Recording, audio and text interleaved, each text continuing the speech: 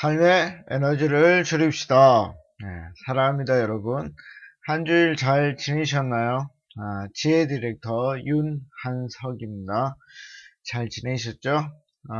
참 세월이 빠른 것 같습니다. 삶의 에너지를 줄이는 지혜, wisdom, 두 번째 이야기를 할 시간이 벌써 되었습니다. 일주일 동안 좀 지혜의 맛을 좀 느껴보셨는지 모르겠습니다. 지혜의 맛을 느끼는 그날까지 우리 파이팅 해야 됩니다. 지혜가 우리의 삶의 에너지를 획기적으로 줄이는 그날이 빨리 오기를 기원합니다. 또 제 강의가 그 일에 도움이 되었으면 참 좋겠습니다. 전자책 좀 사용해 보셨나요? 이게 여러분들이 좀 도움이 됐으면 좋겠는데요.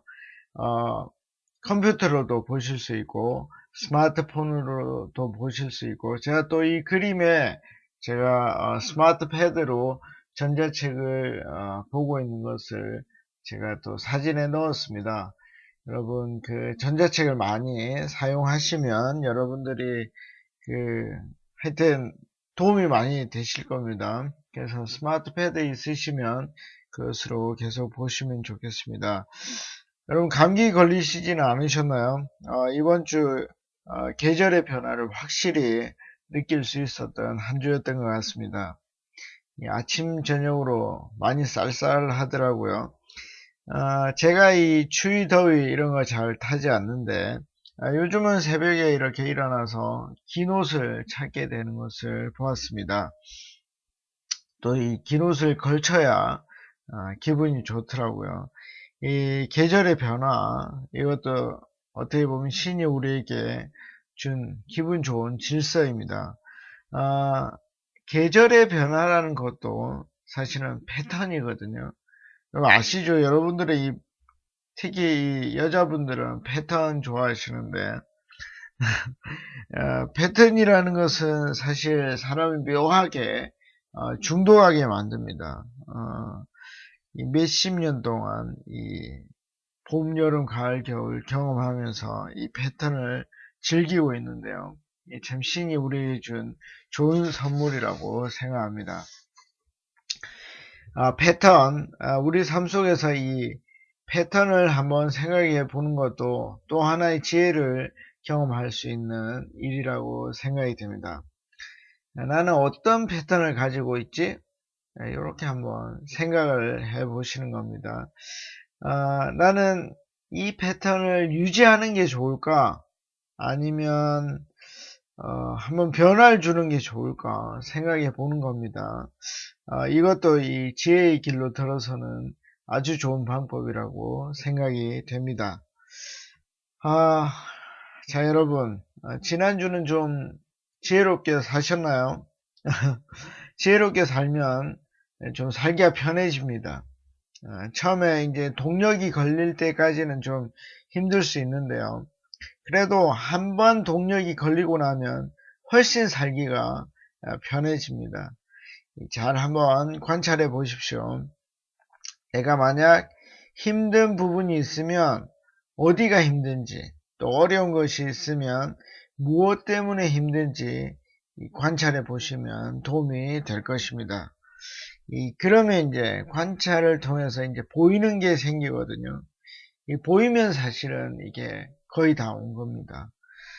그 다음에는 이걸 피할 건지 아니면 맞서 싸울 건지 결정하면 되거든요. 근데 이제 뭐 때문에 그것이 힘든지 이유를 모르면 이제 아무리 벗어나려고 해도 벗어나기가 쉽지 않습니다. 왜냐하면 원인 자체를 알 수 없기 때문입니다. 상대를 알아야 그 상대를 알아야 우리가 싸울 수 있고, 그 또 상대를 아는 것이 바로 관찰에서 나오는 것입니다. 이 관찰을 하려면 사실은 이제 관심이 있어야 하는 것이고요. 여러분 기억하십니까? 관심은 어디에서 나온다고요? 예, 자신의 부족에서 나온다고요. 제가 톱질 하던 거 기억나시죠? 이 부족하다고 느끼면 이 관심이 생기거든요. 내가 힘든 거, 또 어려운 거, 이런 것들이 다 부족입니다. 그래서 힘들면 또 어려우면 그냥 부족한 겁니다. 예. 그럴 때 우리는 사실 그 시점이 지혜롭게 될 수 있는 그런 시점입니다. 오늘 여러분과 나눌 주제는 근본을 보는 지혜입니다. 뭐라고요? 예, 근본을 보는 지혜. 막 어려우신가요? 어려워 보일 수도 있습니다. 그러나 제가 제시하는 테크닉을 여러분들이 좀 가지시면, 여러분 제가 왜 강사입니까? 이 어려운 거를 쉽게 하는, 예, 그걸 하려고 제가 강사하는 거 아니겠습니까? 그래서 제 테크닉을 제시해 드릴 것입니다. 그래서 근본을 어떻게 하면 볼 수 있는지 여러분들이 볼 수 있으면 좋겠습니다. 어, 그, 예. 여러분, 테크닉을 통해서 이제 좀 쉽게 근본에 접근해 갈 수 있는데요. 처음에 우리가 근본을 볼 때는 정확한 근본을 뭐 무리해서 찾지 않는 겁니다. 예. 그냥 그 근본의 언저리, 예. 그 가를 보는 거죠. 그래서 굳이 처음부터 근본에 그 충실한 그 근본 자체를 볼 필요는 없습니다. 그래서 저는 이것을 어떻게 말씀을 드리냐면, 예, 대충의 근본이라고 얘기를 합니다. 재밌죠? 대충의 근본, 우리 한번 생각해 보시면 좋겠습니다. 그냥 대충 근본을 보는 겁니다. 예를 들면 뭐 이런 겁니다. 제가 어릴 때 많이 하던 건데요. 숙제를 안 하는 겁니다. 그러면 숙제를 안 하면 그 다음날 어떤 일이 일어날까요? 둘 중에 하나겠죠. 예, 이것도 근본을 보는 겁니다. 첫째는 뭐죠? 예, 선생님께 맞는 겁니다. 예, 몸으로 때우는 거죠. 예, 요즘 애들은 사실 잘 모를 겁니다. 왜냐하면 선생님께 맞는 것이 학교에서는 이제 공식적으로 안 되는 게 되었죠. 공식적입니다. 제가 듣는 걸로 보면 때리는 사람들이 있다고 합니다. 아마 큰일 날 겁니다. 나중에. 그래서 첫 번째 이제 맞는 거. 그리고 두 번째는 뭡니까? 뭐 안 맞는 거겠죠. 예, 둘 중에 하나입니다. 맞는 거 아니면 안 맞는 겁니다. 선생님이 이제 귀찮으셔서 또 잊어버리셔서 안 맞을 수도 있습니다. 예, 복잡한 게 아닙니다. 이 근본을 본다는 거는 최종 결과를 한번 생각해 보는 겁니다. 어떻게 내 능력 안에서 최종 결과를 한번 생각해 보는 것이 근본에 다가가는 하나의 테크닉입니다. 여러분, 설거지를 안 하면 어떻게 될까요? 일주일 동안 설거지를 안 하면 어떻게 될까요? 네. 여러분, 밥풀이 어떻게 되죠?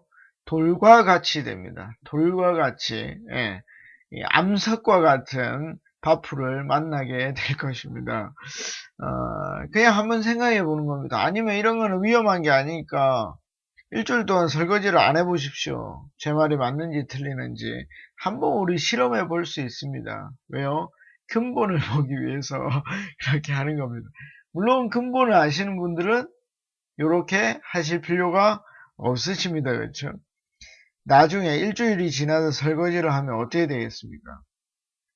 에너지가 완전 장난 아니게 필요하겠죠. 예, 그 냄새, 와, 보통이 아닐 겁니다. 특별히 여름에 이런 일을 감행하신다면 장난이 아닐 겁니다. 예, 그때 좀 힘들어도 밥 먹고 나서 아니면 하루 안에 설거지를 하는 겁니다. 예, 에너지가 들지만 하는 겁니다. 그래야 일주일 뒤에 하는 에너지보다는 훨씬 적게, 그리고 그동안 사는데도 냄새 때문에 에너지가 많이 낭비되거든요. 그런 걸 없애면서 제때제때 설거지를 하면 훨씬 더 이렇게 지혜롭게 되고 에너지를 줄일 수 있습니다. 이런 것들이 사실은 근본을 보는 겁니다. 예, 최종 결과를 한번 생각해 보는 것이죠. 그 최종 결과를 생각해 보면 이제 지금 내 시점에서 어떤 행동을 해야 할지 하는 것들이 분명하게 드러나게 됩니다. 그러면 우리가 나중에 들어가야 될 그런 에너지들을 많이 줄일 수 있는 것이죠. 근데 이런 최종 결과를 생각하지 않고서 그냥 순간순간 행동을 해버리면 어떻게 되겠습니까? 나중에 행동에 대한 결과가 나오겠죠? 그걸 이제 수습해야 한단 말입니다. 그러면 아주 많은 에너지가 필요할 수도 있게 됩니다. 정말 중요한 것은 이런 일들이 적은 일이라서 우리가 감당할 수 있으면 좋은데 뒷감당이 안 되는 아주 큰 일이라면 우리는 우리의 인생을 그 에너지로 사용해야 될지도 모릅니다. 그래서 최종 결과를 생각해 보는 것은 이 근본에 다가서는 굉장히 좋은 툴이 됩니다. 여러분 생각해 보십시오. 우리가 성인이니까 도박이라는 걸 한다고 해봅시다. 그 도박에 중독이 되었다고 해봅시다. 처음에는 기분으로 감정으로 하지만 나중엔 장난이 아니겠죠. 최종 결과를 한번 생각해 보는 겁니다. 바람을 핀다든지 새로운 사업을 한다든지 이 큰 일이면 큰 일일수록 최종 결과를 생각해 보는 겁니다. 그러면 내가 지금 무엇을 해야 할지 나오게 됩니다. 그래야 우리가 상당한 에너지를 줄일 수 있습니다. 여러분 반대로 원인을 찾아 들어가는 거, 최종 결과가 아니라 원인을 찾아 들어가는 것도 근본을 보는 것입니다. 아저씨 난장이에요. 학생은 저리 가. 저쪽에 서. 이 다 제가 들었던 말입니다. 네. 저는 이제 공식 키가 158이거든요. 네. 160이 되지 않습니다. 확실합니다. 신금 받으러 이 창원에서 저는 경남 창원에서 신금을 받았는데요. 그때 키가 154였습니다. 그래서 군대를 면제받았습니다. 예. 키나 신체 조건으로 군대를 안 갈 때가 있었습니다. 요즘 그런 거 없다고 그럽니다. 그 후에 한 4cm 정도가 자란 것 같습니다. 물론 더 작을 수도 있습니다. 그래서 저는 공식적으로 158이라고 말씀을 드리고 있습니다. 아저씨 난장이에요. 이 말은 제가 31살 때 들었던 이야기입니다. 제가 엄연히 교회 전도사를 할 때 들었던 이야기입니다. 근데 전도사인데 그리고 그 아이가 우리 주일학교 아이였는데 일단 잘못됐죠. 아저씨가 뭡니까? 아저씨가 전도사님이죠. 그렇죠? 예, 아저씨 예, 난장이에요. 이게 할 소리입니까? 예, 그런 말을 했어요. 제가 덧붙이자면 아저씨는 왜 우리 아빠보다 너무 작아요. 이런 얘기를 했던 것 같습니다. 여러분 난쟁이를 본 적이 없습니까? 158 되는 난쟁이 어디 있습니까? 그렇게 기골이 장대한 난쟁이는 이 세상에 없습니다. 예, 바보 아닙니까? 예, 네. 난쟁이를 모릅니까? 눈이 있으면 난쟁이와 정상이를 구분할 수 있습니다. 그렇죠? 여러분 제가 그 상황에서 뭐라고 했을까요? 여러분 아이한테 바보라고 하면 안 됩니까? 여러분 사람이 감정에 휘말리면 온갖 소리를 다 할 수 있습니다. 너 뭐야? 어른한테 무슨 말버릇이야? 이렇게 했을 수도 있습니다.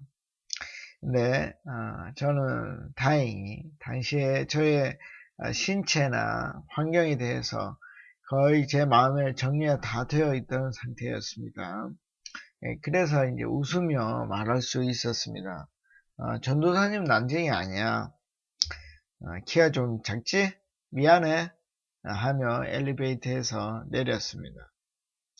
10년 정도 지났을까요? 제가 이제 그 슈퍼에 물건을 이제 사러 갔습니다. 계산을 하려고 하는데 제가 좀 그 당시만 해도 한 40 정도 됐기 때문에 이 흰머리가 좀 많이 났거든요. 근데 그때 들리는 소리가 있었습니다. 학생은 저리 가서 줄 서. 이렇게 하더라고요. 그 아주머니가 저하고 연배가 거의 비슷했던 것 같은데, 제가 사실 뭐 그 말에 웃어야겠죠? 절대 동안이라는 얘기 아닙니까? 너무 어렵게 보여서 초등학생으로 보인 것 같습니다. 나중에 이제 계산을 할 때 그 아주머니 저를 보고 상당히 당황해 하셨습니다. 저는 뭐 이때도 웃었습니다. 여러분, 근데 사실 이런 상황에서 웃는 게 그렇게 쉬운 것은 아닙니다. 뭐, 저에게는 키가 문제가 될 수도 있겠지만, 여러분들에게는 여러 다른 것들이 될 수 있습니다. 뭐 예를 들면, 명품백이 없는데, 어, 너 명품백 하나도 없어? 이렇게 그냥 장난삼아 말했지만 굉장한 상처가 될 수 있거든요.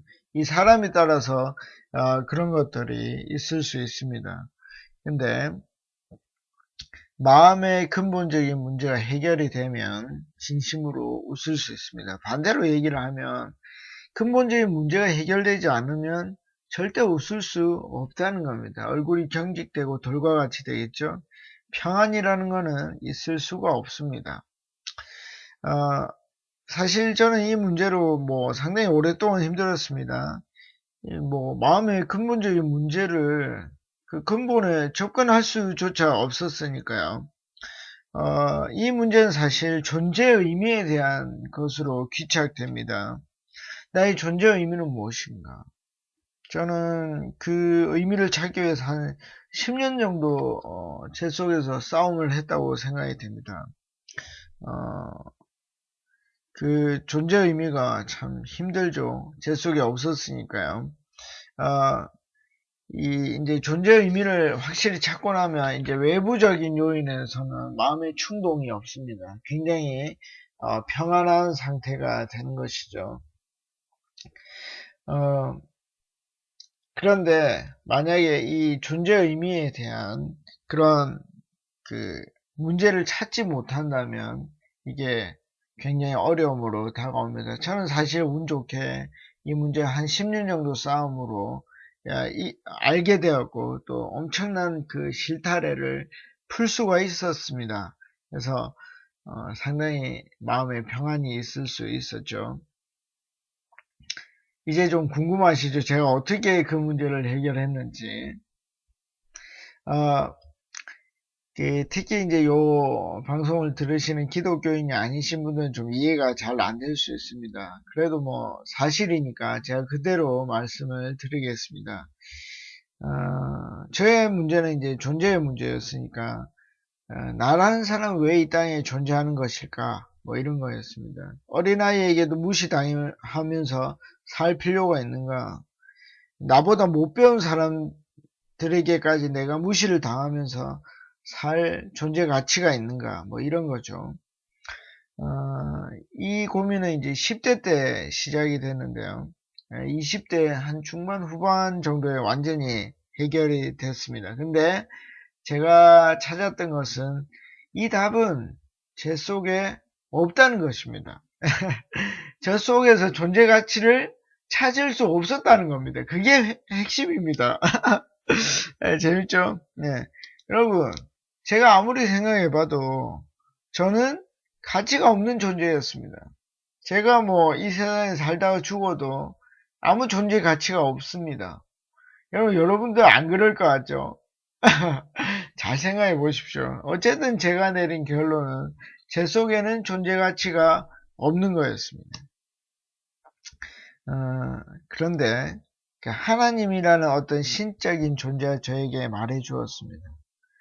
내가 너를 가치 있게 생각한다. 내가 너를 위해 내 아들을 희생했다. 라고 말해 주었습니다.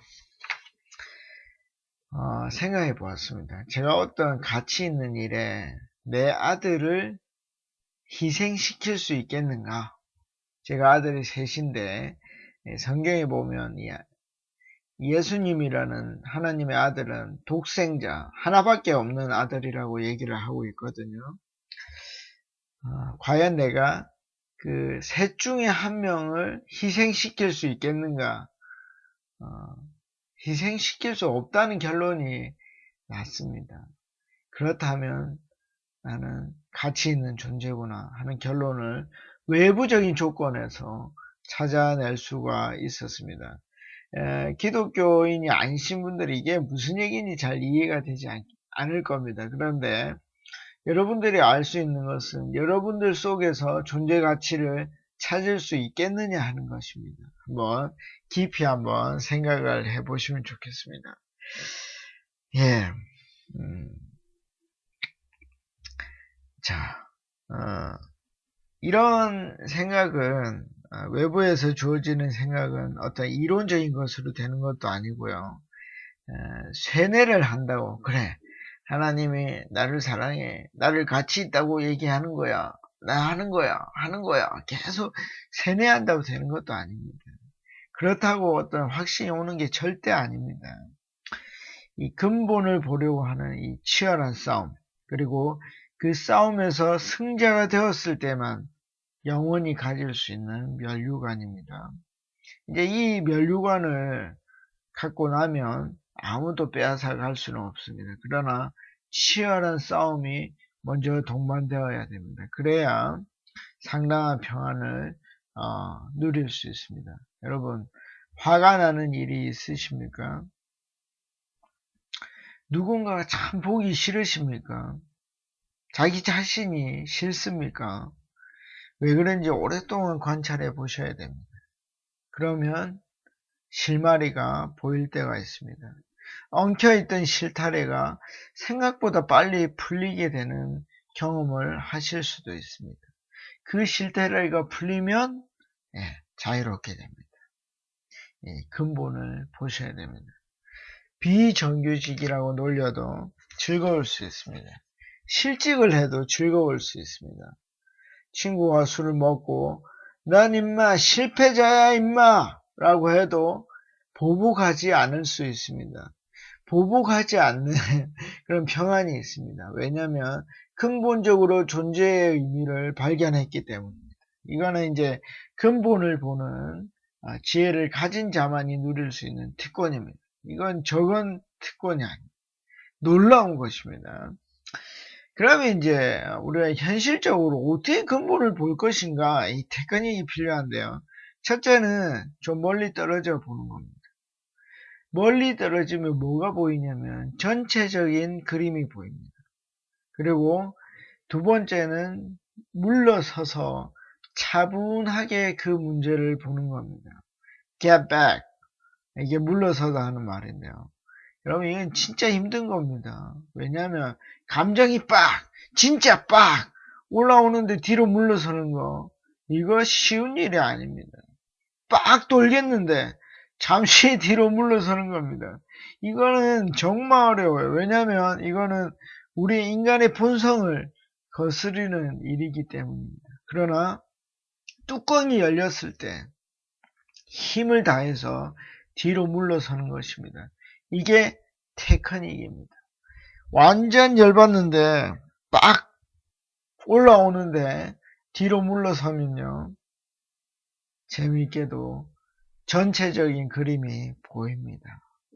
그리고 그 전체적인 그림 속에서 나의 문제점을 보는데 굉장히 용이하게 됩니다.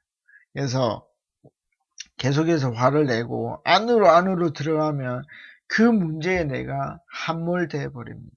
그러면 그 문제가 나를 삼켜버립니다. 그렇게 되면 그때부터는 100점 100패입니다. 별로 에너지를 쓸 일이 아닌데 정말 인생 자체를 다 써버리게 되는 상황이 됩니다. 뒤로 물러서야 됩니다. 이게 테크닉입니다. 또 뒤로 물러서면 좋은 점이 하나 더 있는데요. 시간이 흐릅니다. 시간이 흐르면 감정이라는 것이 사그러들게 됩니다. 치솟았던 빡쳤던 감정이 조금이라도 줄어들게 됩니다. 이게 이제 시간이 주는 은혜입니다. 은혜. 그래서 평온한 상태에서 문제를 바라보게 됩니다. 훈련이 잘 된 분들은 마치 자기 일이 아닌 것처럼 객관적으로 차분한 상태에서 그 일을 볼 수 있게 됩니다. 여러분, 불가능한 것 같죠? 아닙니다. 가능합니다. 근데 훈련이 필요합니다. 훈련의 시작은 의식하는 겁니다.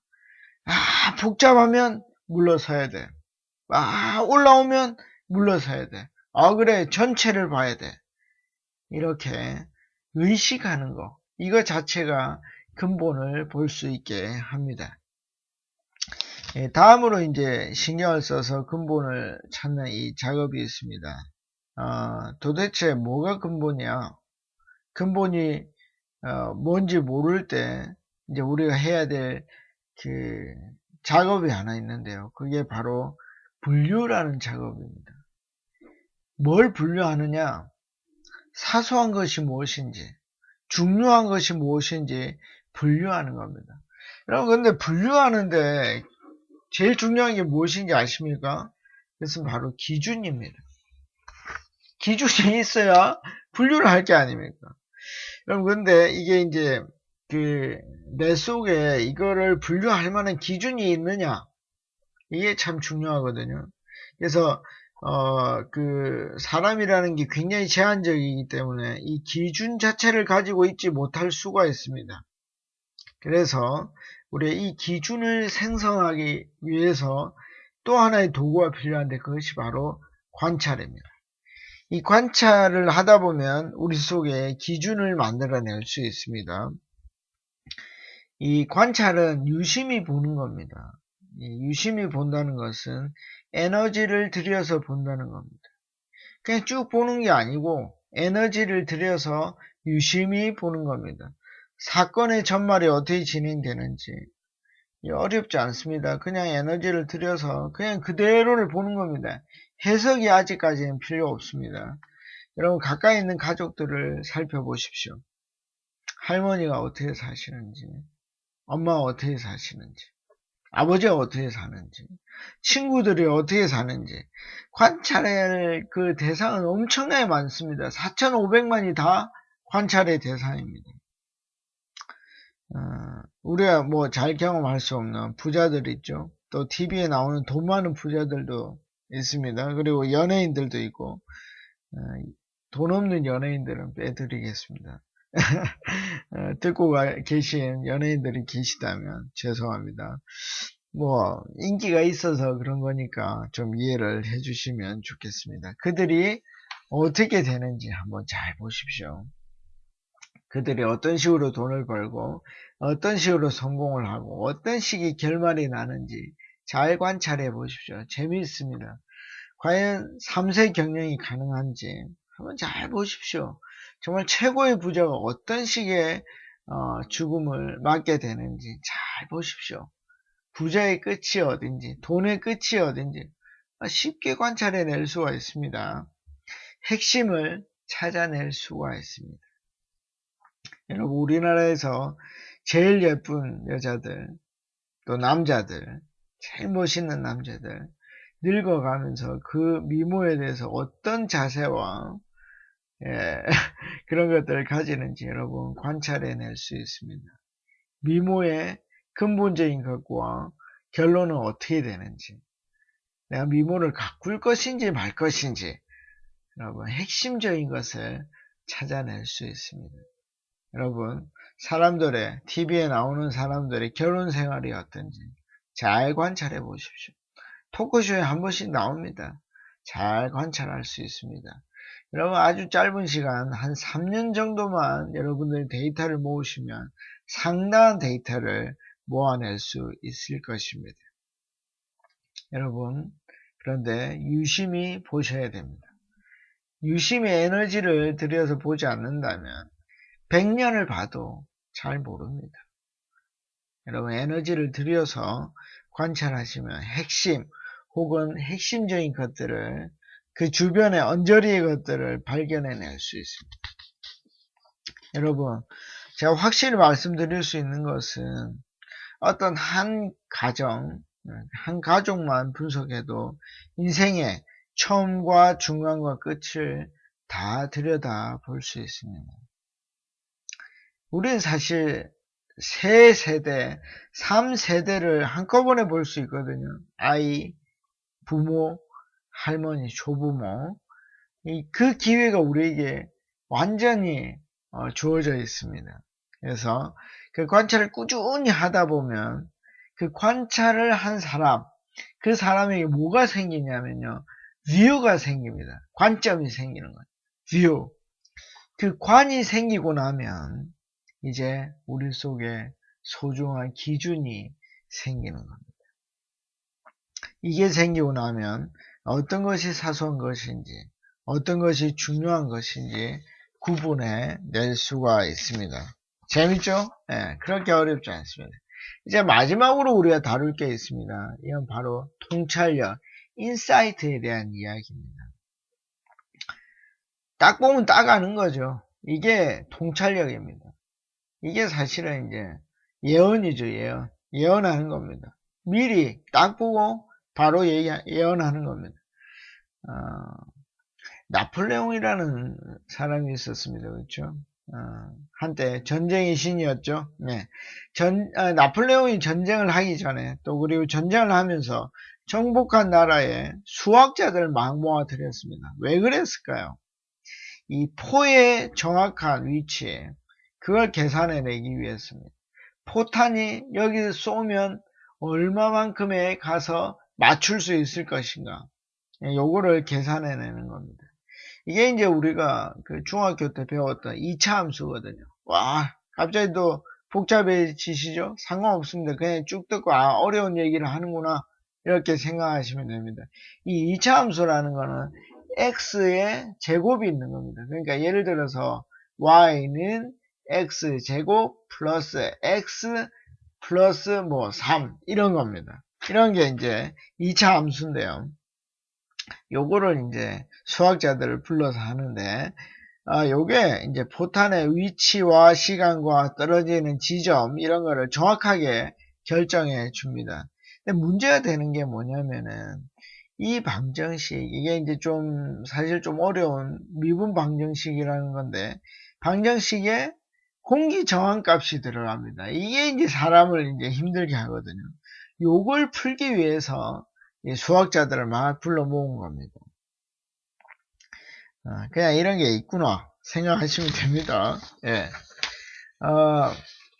이런 저명한 수학자들을 모아서 그 포탄의 위치를 획기적으로 이제 정확도를 높일 수 있는 거죠. 그 정확도를 높이는데 여러 가지 방법이 있을 수 있습니다. 포를 많이 쏴보면 되겠죠. 근데 문제는 포탄이 많이 소모되지 않습니까? 그래서 포의 궤적을 그 곡선을 공식으로 만드는 거.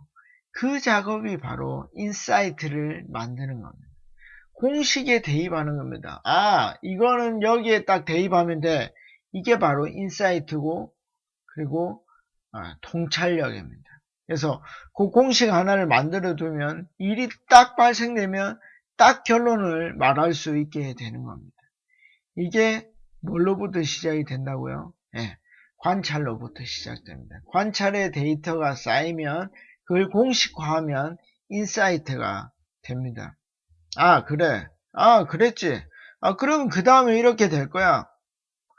야, 너 그거 어떻게 알았냐?